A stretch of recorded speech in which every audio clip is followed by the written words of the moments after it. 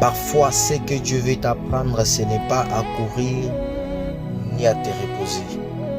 La Bible dit que Pierre est en prison. Vois-tu, Jacques venait d'être exécuté par le roi Hérode.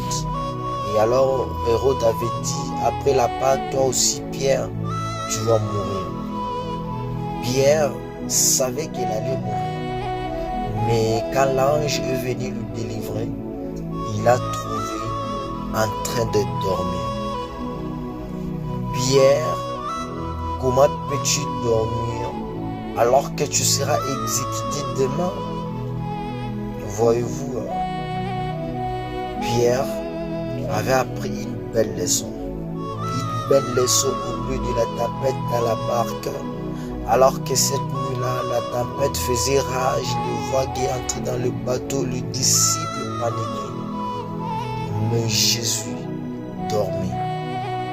Et Pierre avait compris, il avait compris que le repos est une posture spirituelle, que la paix n'est pas l'absence des tempêtes, mais la présence de Jésus dans la tempête. Et si Jésus dort, c'est parce qu'il sait que la tempête ne sera jamais plus forte que sa parole. C'est ça la foi. Ce n'est pas crier plus fort que la tempête, mais savoir qui commande le vent.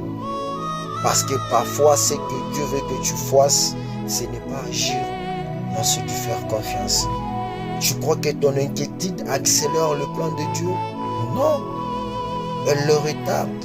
Parce que la peur t'épuise, mais la foi te positionne. Le psaume 127 dit ceci: Dieu donne le sommeil à ceux qu'il aime. Ça veut dire que le repos, ce n'est pas de la paresse, non, c'est de la confiance. Apprendre à se reposer, c'est apprendre à déposer. C'est à déposer le contrôle, le stress, la peur et à dire: Jésus, je dors parce que je sais que toi, tu ne dors pas. Le repos devient une arme spirituelle que quand l'enfer veut te voir paniquer, il te trouve en paix. Et alors, il perd son pouvoir.